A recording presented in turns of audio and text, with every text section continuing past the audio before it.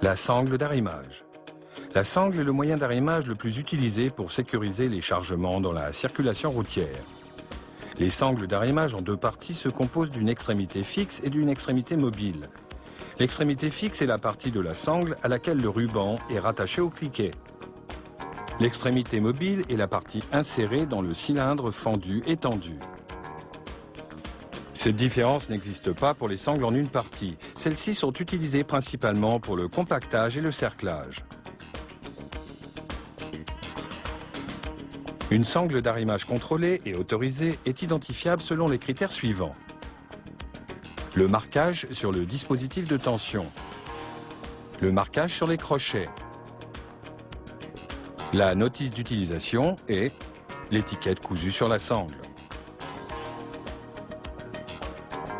L'étiquette indique les initiales SHF, Standard Hand Force, la force manuelle normale, et STF, Standard Tension Force, la force de prétention normale.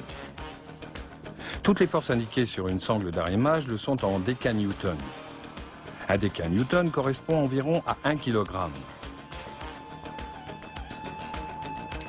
La SHF, la force manuelle normale, est fixée généralement à 50 décanewtons. Ceci signifie qu'une personne peut activer le cliquet avec une force manuelle de 50 décanewtons.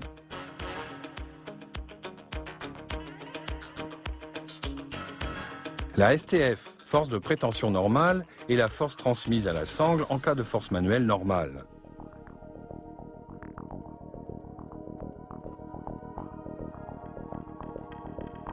La LC, Lashing Capacity, correspond à la force d'arrimage et donc à la charge maximale du moyen d'arrimage en traction droite.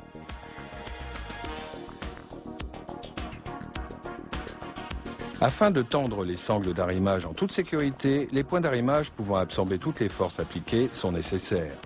Les points d'arrimage sont les dispositifs de fixation d'un véhicule ou d'une cargaison auquel un moyen d'arrimage peut être fixé.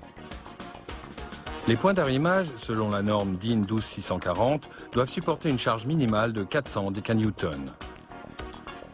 Il n'existe aucune recommandation légale pour les véhicules dont le poids total autorisé est inférieur à 3,5 tonnes. En cas de doute, vérifiez si les points d'arrimage non normalisés peuvent absorber les forces appliquées. Vous trouverez plus de détails sur les lois et les normes sur le site www.sicherbeladen.de.